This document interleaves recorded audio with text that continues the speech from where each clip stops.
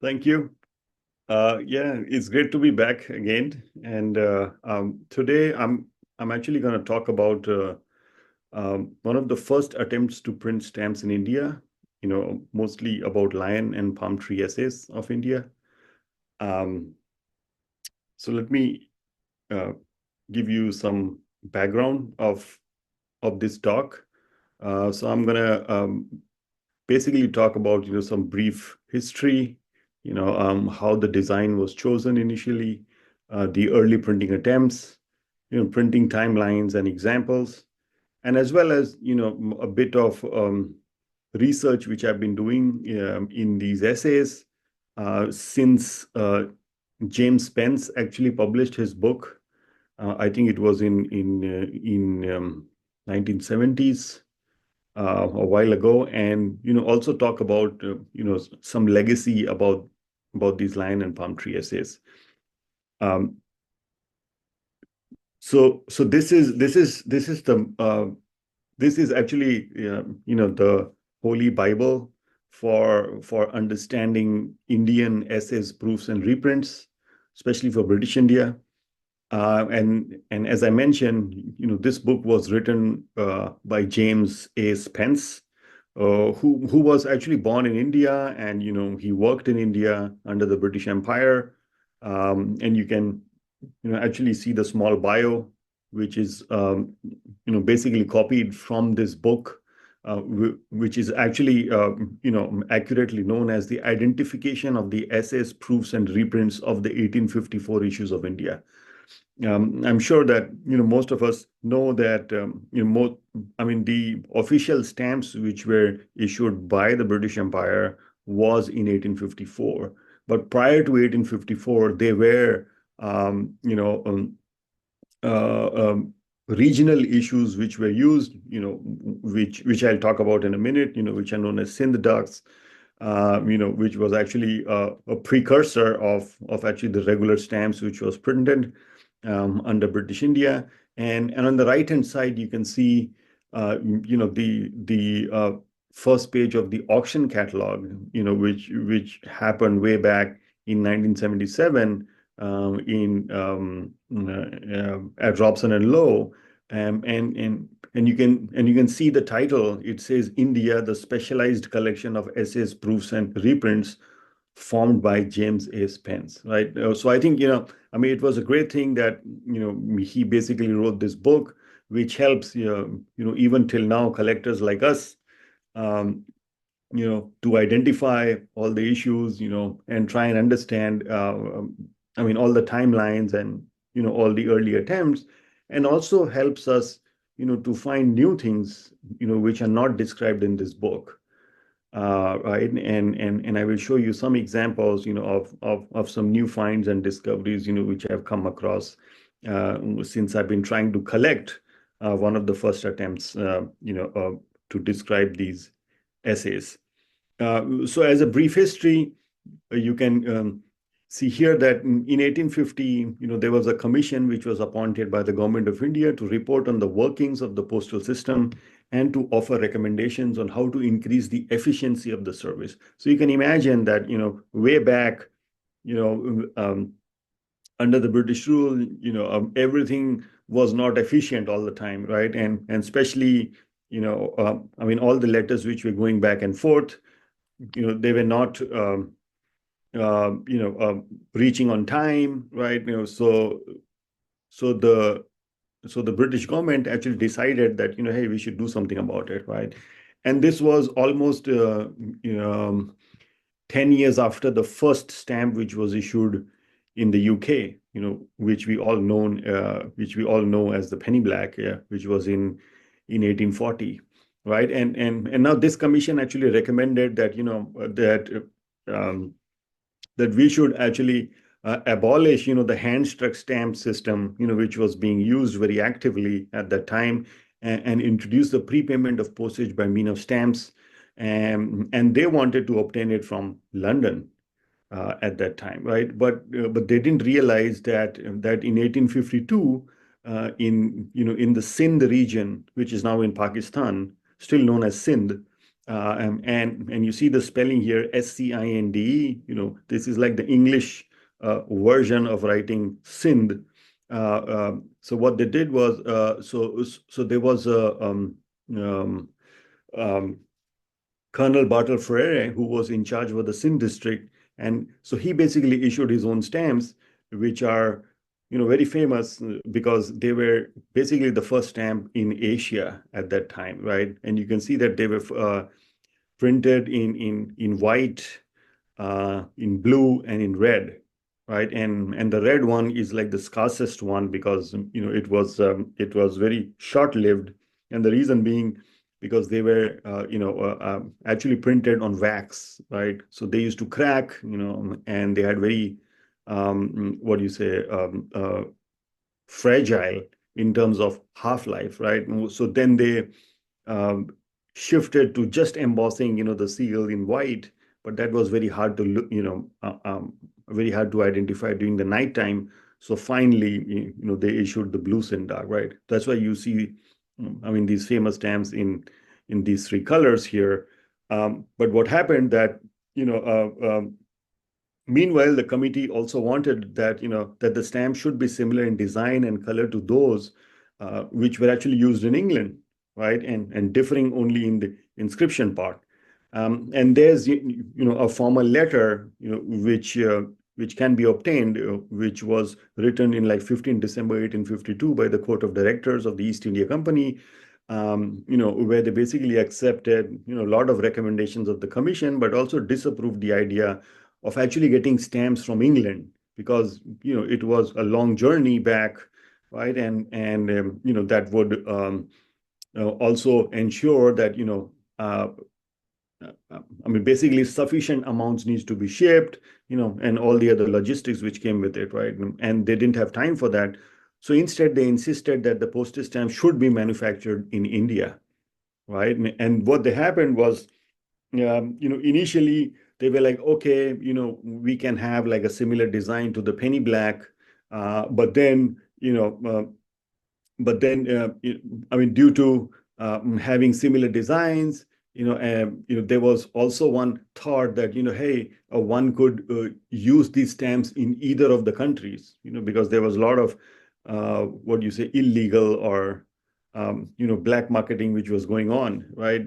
Because everybody wanted to save, postage pricing at that time, right? So there was like, oh, maybe they can use the stamp. So what they did was, they basically asked in 1853 a person known as Colonel Forbes, who was actually the superintendent at the Calcutta Mint, and they told him that, hey, can you design a stamp for us, right? And because he was the in charge of the Calcutta Mint, he basically took the design from a coin, from a gold coin, which is actually known as mohar in India, which is basically sovereign, in the UK, right? And this design, as you can see here, depicted a lion, as well as a palm tree, right? A beautiful design, not of the queen at that time. And you can see this is actually the first design in silver point, which was made, and you can still find this piece in the Royal Postal Museum, one of its kind, right? And then, but we all know that this was we never see the use of these stamps, right? So definitely, they are known as essays because they were never approved for officially being used. And we know that all the subsequent designs actually had the face of the queen on it, right? So that's just a quick tutorial, that so they were basically, so there is very less known about these stamps, apart from whatever is written in James Spence's book. I mean, that's the only information.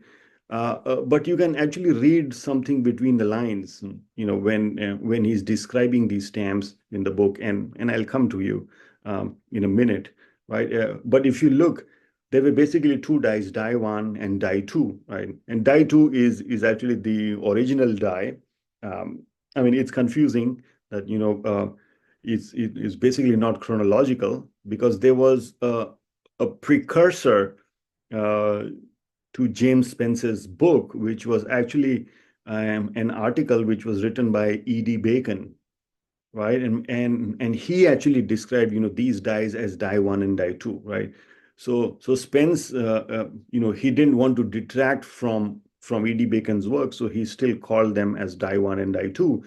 But we should remember that the dye two was the original dye, and dye one was a second attempt, what they made, to actually design these essays again, right? And the only difference which you can see here between the two dyes is the most obvious one is like that the hind legs are thicker in the original dye or the dye two. There is a less gap between the tail and the body, as compared to the dye one on the left. You can see it very clearly. And the foliage of the palm tree is pretty dense, which you can see very clearly, as compared to the dye one, right?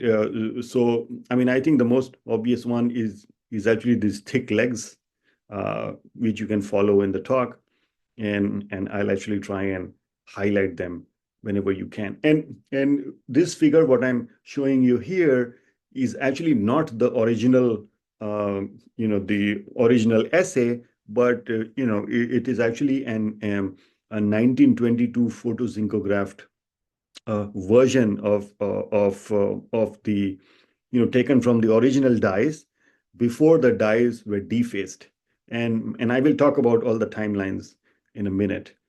So that I mean, we know about these essays because of because of this timeline, right? So this timeline is beautifully described, by James Spence. I think he did tremendous amount of work trying to identify. So we saw the sketch, which you can still find in at the Royal Postal Museum.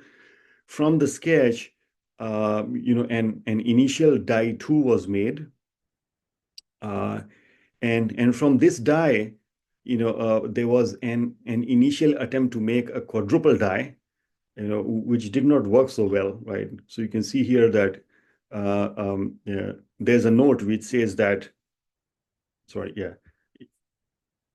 Hang on, I'm trying to see a laser pointer. Yeah, there you go. Right. So there's a note which says that that the first dye was destroyed, right? And there are no record of some proofs which exist from this first dye.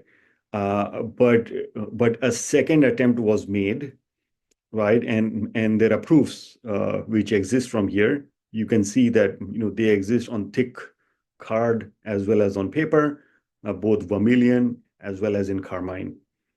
Now this quadruple dye also has proofs, right? So you can see that here, I mean, these initial dye proofs are from this singular dye, right? And then when they try to multiply, because the whole aim was, was actually to print a lot of stamps in India, right? So Colonel Forbes he was trying to multiply these, right?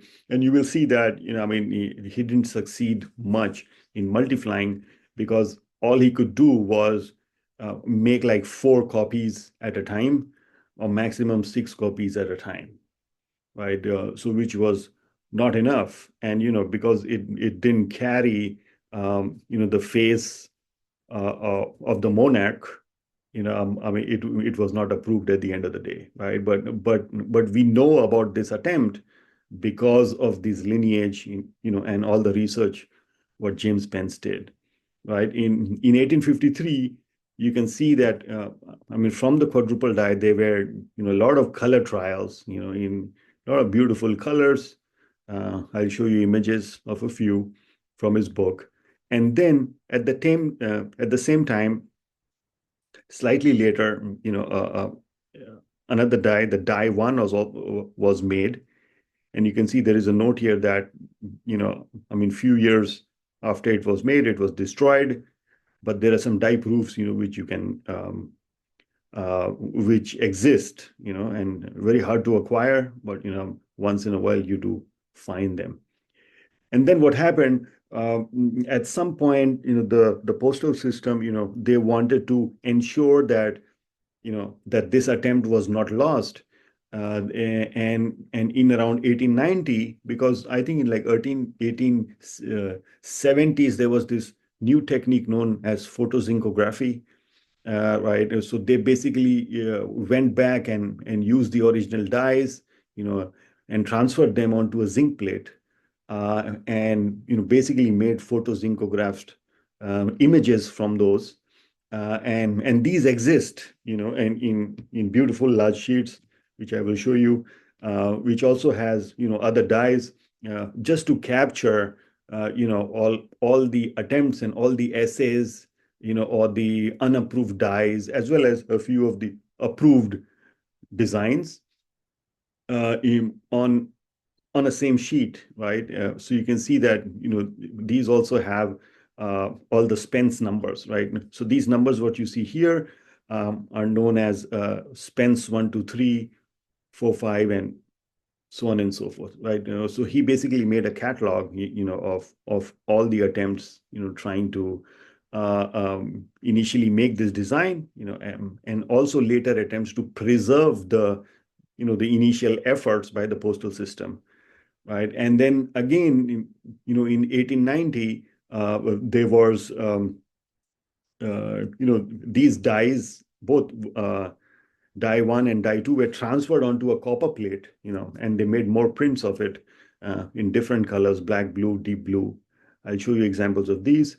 And then what happened, maybe like 20, 30 years after this, in 1922, they also, took these original copper plates from 1890, and then again made new images, which was using the photogravure technique, right? So you can see what happened. I mean, as they were advancing, in using new printing techniques, they used to go back, and use these dyes, to make few copies using those new techniques, and then use those new techniques to print, I mean, the approved stamps, right? So that's why we have all of these. And then ultimately, after these prints were taken, in 1922, I mean, these dyes were finally defaced, and I mean, no other reprints are known after that time. So this is the basic timeline, and I will start from the beginning, and I will show you how I've been trying to study these guys. Okay, so these are all the examples of the 1853 dye 2 proofs, as well as color trial. I mean, you will always see that I mean that these dyes have all the traits of the original dye. These are all the color trials, which you find in very fancy colors. This is the original dye proof, which is Spence number 2, which is on paper, and you also find it on thick card here and here. And this is how they look at the end of the day, and this is directly taken from Spence's book. However, at the same time, these color trials are on very thin laid baton paper, so which is a very, what do you say, it's a little smooth and shiny paper, but very thin, and it still has laid lines on it, so which are also very, very hard to come by. Okay, so yeah, so since I'm going in the chronological order, I thought of highlighting one point here, that that you remember I had mentioned that first they actually made a quadruple die, and all Spence writes is that that the die was destroyed, right? And this quadruple die was actually made by assembling 4 individual dies, right? So so very less is known about how I mean how those 4 dies were arranged, right? But what you know is that that the initial attempt was destroyed, right?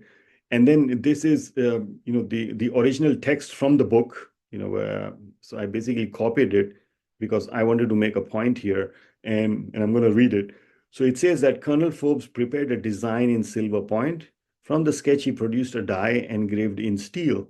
He then made several experiments for multiplying the dies required for striking the lion and palm tree half-ana labels in a way that would secure their perfect resemblance to the first engraved or the matrix die. And for making the quadruple die, he succeeded making the quadruple die, but found that the impressions made from it were not satisfactory due to the die not being deeply cut, right? And then he says that that die was destroyed. And I found one impression which actually fits this description. So, and which I highlighted here, and this is not described in Spence's book. That's why I write it as unknown to Spence, where you can see that it consists of out of frame lines, which is actually not seen in any other lion and palm tree essays which I've come across. And you see that there is a choppy transfer of ink showing that the die was not deeply cut, and you also see out of frame lines, which shows incomplete design transfer, again showing that that the die was not deeply cut. And it's actually printed on similar yellowish thin wove paper, as these guys here, as this original die proof Spence 2, right? So I was very excited when I came across this guy, and I feel that it's a it's a new find, and actually an imprint of this initial die which was destroyed. And then and I mean, over the years, I mean, a lot of material has not a lot, a few have shown up at various auction houses, which are again unknown to Spence, because so this is actually the next line that hence a new matrix die with proper depth was made. There were two original engraved or matrix dies, and from the first of these, four single secondary dies were made, which was used to print the essays. Okay, and proof from these die are known to exist, and few were not cataloged by Spence. And here's another example, which was actually sold by Stanley Gibbons. I mean, I don't know where it is, but I know that it was sold, and you can see that it was certified in manuscript, by one of the leading certifiers from the BPA, Dr. Philip Kins, where he says that he basically writes guaranteed genuine and as described, right? And this is actually described as unknown to Spence. So I mean, so you can see that I mean these new finds keep showing up, and then yeah, and then there was also a book which was printed by David Feldman, which was basically from one of the great collections which were formed by Dr. Sita Bhadeja in India, and she has basically two I mean outstanding items for lion and palm tree essays, and you basically see the scan of the first one here. It's basically a half on a lion and palm tree dyed to vertical pair in deep orange red on a grayish laid paper with huge margins, and you can see a lot of manuscript writings, and it basically describes that it was a proposed postage stamp for India designed by Flaxman in 1853. Half anna was 1.5 pence, and it's actually reduced from his design. And also in manuscript is written on this sheet that one red stamp given by me to the India office has the name Flaxman uh, um, on it in my grandfather's own handwriting. This endorsement is most probably by the Calcutta Mint in charge, who had attempted to print the stamp, It also shows that the enlarged design was subsequently submitted to the Calcutta Mint, right? Now, so this is basically the copy which was submitted for approval of the design. And she also had another uh, beautiful, I think the only existing quadruple imprint, of the first quadruple die, what James Pence mentions. I mean, most of the stuff what you find are basically single cut up copies. I think this is the only existing proof that the quadruple die was made, right? But if you remember, the singlet what I have, it actually had out of frame lines which you don't see in this quadruple die, right? So this is, so that singlet, is actually a precursor to even this guy. It adds to the proof um, of that item. And then, yeah, I also came across another proof, for which is actually for the die one, right? So you see here, these are thin lines, and it says that, die one, they were basically only proofs in vermilion, but this proof is actually in black, which you see here. So you see die one, it has very thin legs. And here you can see very vaguely, there's actually a very high relief here in the leg, and as well as in the stomach area. I mean, if you look at the proof against the light, you can actually see the relief very clearly, which shows that, it was a proof of the die one in black, which is again not described by Spence here, right? He only described this vermilion proof, which I also have, which is shown here. So I think, this is one of the new finds. And if you remember the first figure which I showed you, which is actually the 1922 reprint of the die, right? And so one could argue that, hey, this guy here, is a 1922 reprint, but it's not. The reason being, I'll show you in a minute, that this photogravure technique, this photogravure technique, gives these small specks around these stamps, right? And I have full sheets which I will show you where these specks are super prominent, right? Which you actually don't see in this one, in this die here, in this guy here, right? And also this is on a thick yellowish card. But 1922 is like a super thick stout card, so there's also a difference in the paper. So this is in fact the 1853 unknown to Spence die one proof. Yeah, so then again, die one also had, proofs and color trials, which are again, taken from James Spence's book here. And then moving forward, I also wanted to share, examples of the zinc plate attempt, which happened in 1890. So this is actually the full sheet. It's known as an 1890 zincograph sheet, which is actually on a thin white wove paper. It's a huge sheet. You can see it measures 344 by 510 millimeter, and it is sometimes watermarked as T.H. Saunders. I mean, at least the sheet what I have, or it does not have the watermark. But I mean, on the heading, you can actually see this word, which basically is written as drawer number 20T, right? And this sheet consists of photozincographed illustrations of lion and palm tree. It has the matrix die, the punch die, as well as the double die. I mean, what I did was I basically broke the sheet into half.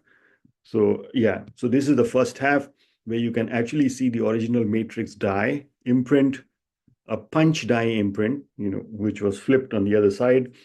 And you see the left half of the quadruple die here, right?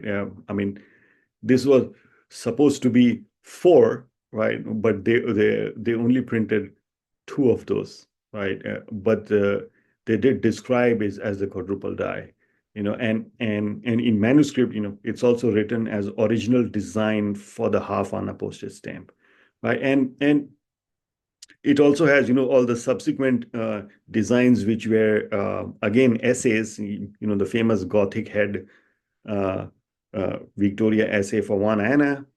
It also has like the matrix die for the 2 anna, a punch die for the 2 anna, the a tracing made from the original die. I mean, something which is blank, says a blank die, and it also has a soft punch, and this soft punch was, I mean, this design was used in Queen Victoria postal stationery, and I will show you some examples from it. It basically shows the lion, with a palm tree.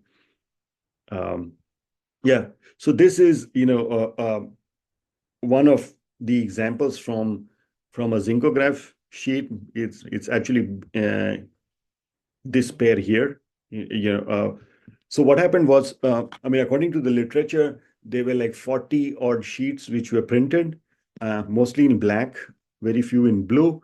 And as of now, what I know is that, I mean, I have only seen 2 sheets. The one which I have, which is an intact sheet, and I saw another sheet, which was actually cut in two, which was sold at a Stanley Gibbon auction, maybe like 15 or 16 years ago.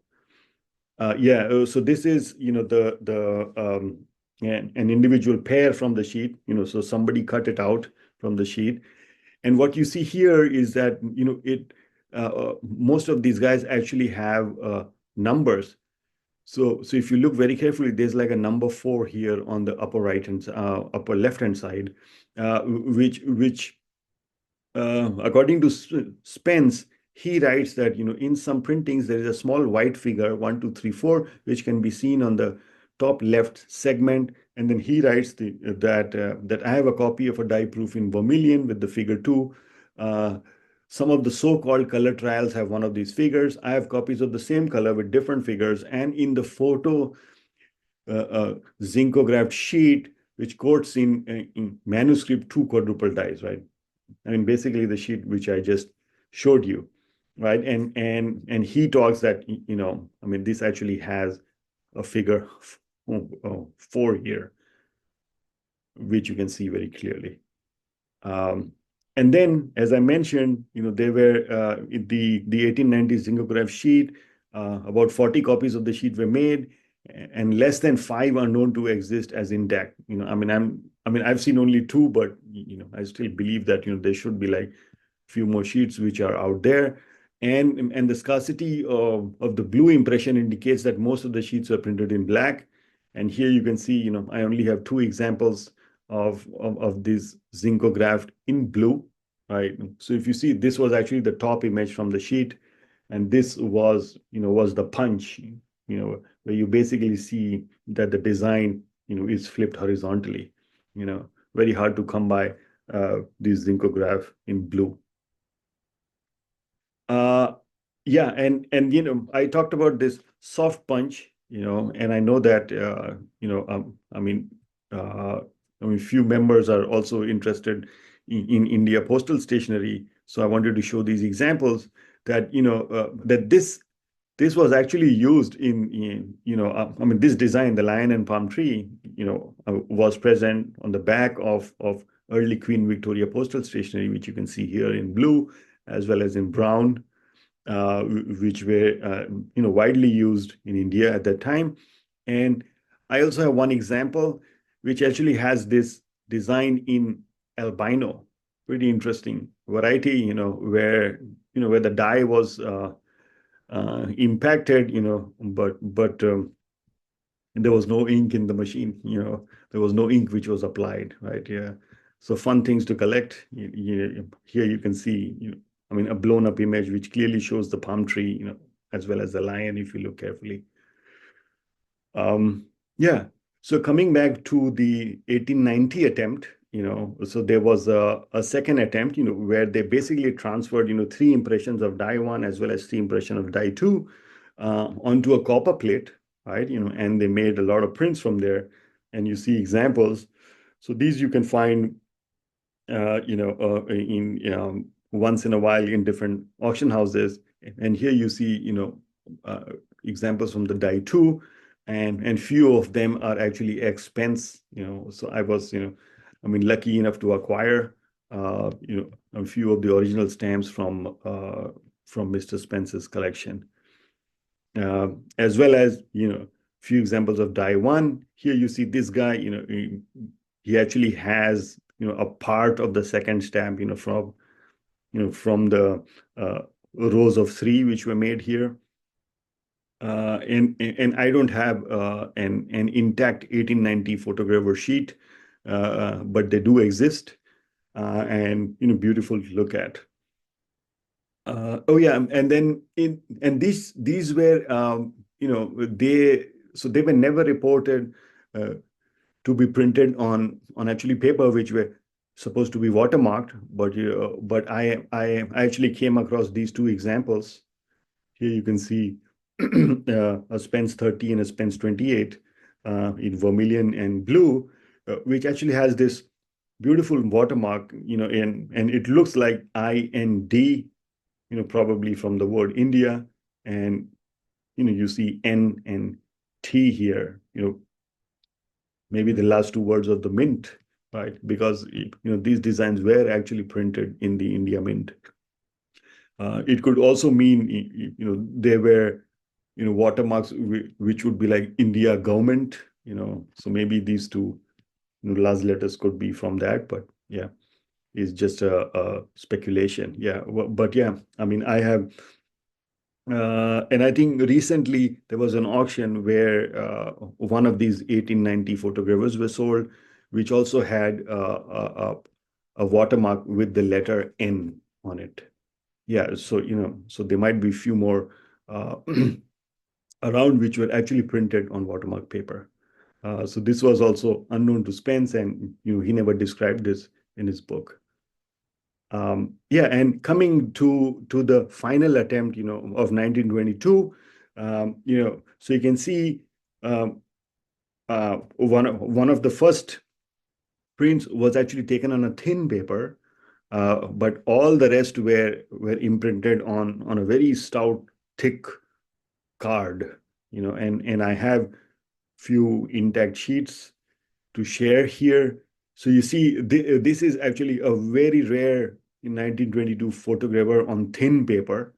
And you see, it's a very large paper, 150 by 110 millimeter. Here you see, and you actually see like a very, a strong relief of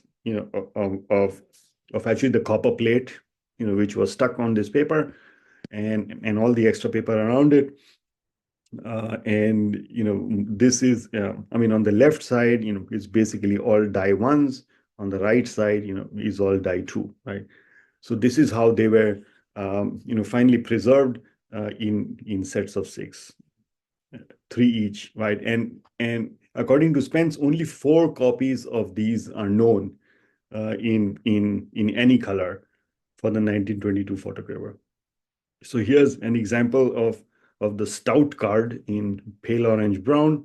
And you can imagine that if only 4 were made from these, which means that for either die 1 or die 2, there could only be 12 examples in each color, right? And you can obtain them once in a while, but these are also pretty hard to come by, especially as sheets. Here's another sheet in gray blue, yeah, as well as another sheet in pale orange brown, and then as singles, oh yeah, another sheet in brown, and then I have also acquired many singles in almost all the shades which were printed. So here are examples of die one impressions shown in black, in sepia, gray, blue, brown, grass green, which you can see here,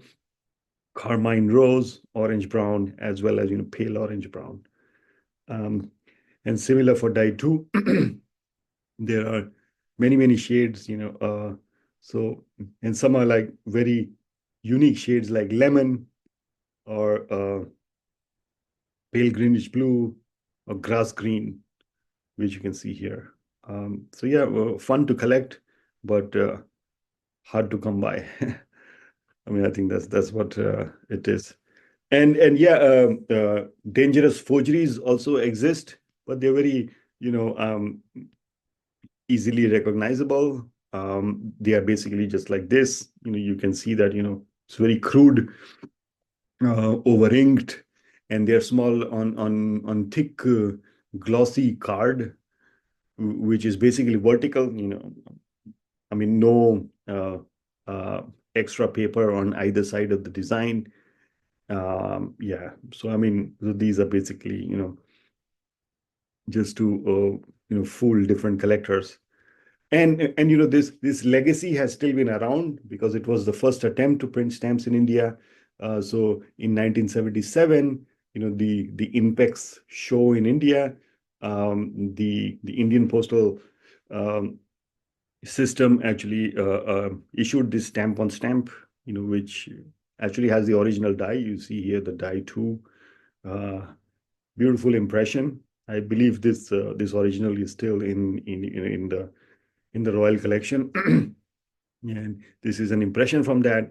And in a few years ago, when they had 150, oh, not few years, it's like 20 years ago now, 2004, they made this crude impression, in a miniature sheet, along with the sin duck, which you see here, as well as a modified version of this design, where the lion was replaced by a Royal Bengal tiger, which you see here, was used in the Indian currency, both coins and notes, for many years in India after the independence, which you can actually see here, right? So the legacy still continues. And yeah, I think I would like to end there. And I actually copied this, from James Spence's book, and where he says that, and lastly, as there is no such thing as finality in philately, may I thank in advance anyone who would wish to communicate with me on this subject, to correct errors and omissions, and to fill some of the obvious gaps in the information on these fascinating issues. So thank you for your time, and happy to discuss more. Thank you, Vivek. Fascinating. Thanks. I appreciate that. Very nice presentation, sir. Thank you. Yeah. Any questions for Vivek or comments? Let me start with one that I probably missed and you covered.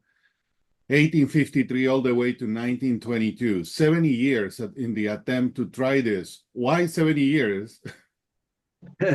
No, I think, yeah, great question, right?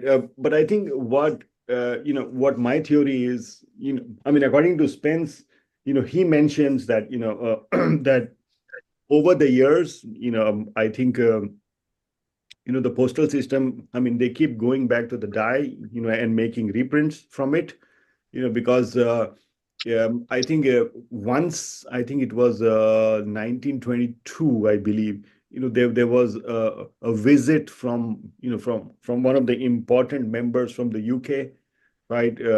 So they made some, some reprints at that time, right? But I think the 1891, I think there was, as I had mentioned, there was this flux in technology, right?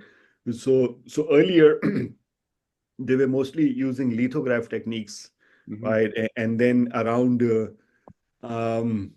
what do you say, 1860s, or 1860s, they basically started getting, stamps from the UK, so those were printed at Delarue. Yeah. Right. And then, they again started printing stamps in India, in Nasik, using the photogravure technique, right? So you can see there are some similarities here, right? So whenever new techniques came, I think they actually went back, and used these dyes, to print them first to see, right? And at the same time, like the photozincograph, was clearly, a way to catalog, all the attempts of the early essays and the design, right? And the evolution. And because only 40 sheets were made from it, right? And so I think, the government knew that, that these attempts were made, right? And the postal system, they wanted to make sure that, that these attempts were not lost. So that's why you see that, many reprints were made from the original attempt, right?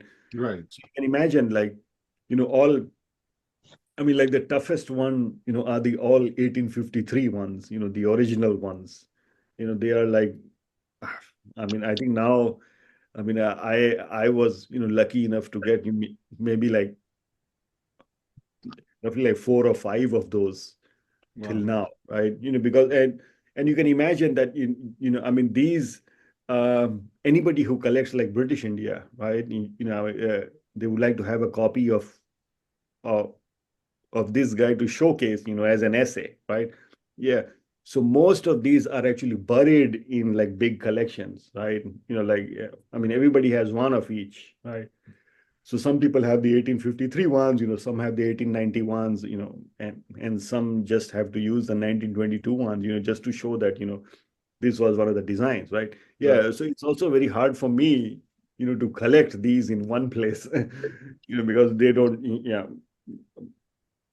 I mean, they don't like show up easily, right? Yeah, but I think here, I think I mean, the 1853 ones are the original ones, and the 1890 and 1922 are clearly reprints, right? But made from those original dies, Right. basically to preserve the attempt, right? And they were not made, in like super large quantities, like less than 40, 50 copies were made at any given time. Okay. Yeah, thank you for that explanation and caught my attention about the 70 years. So now I I have know. it clear.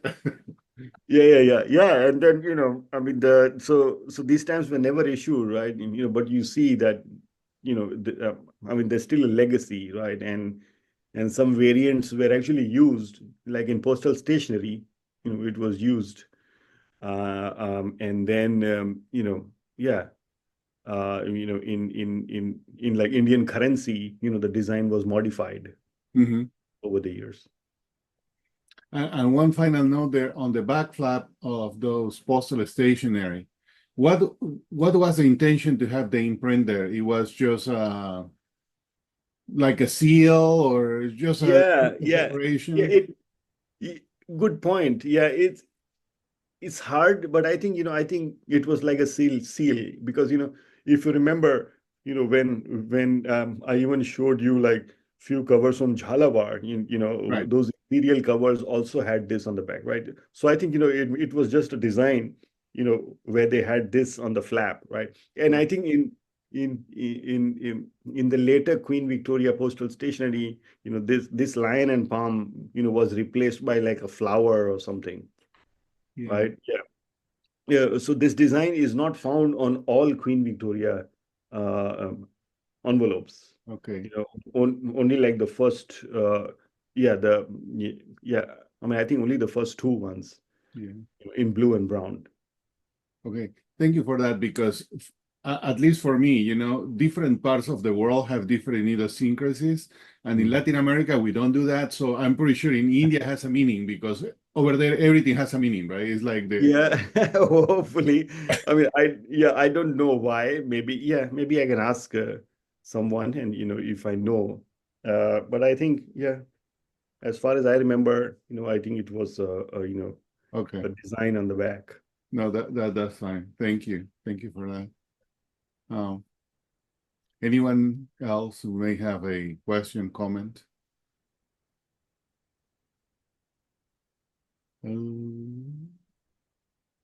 I don't see anyone.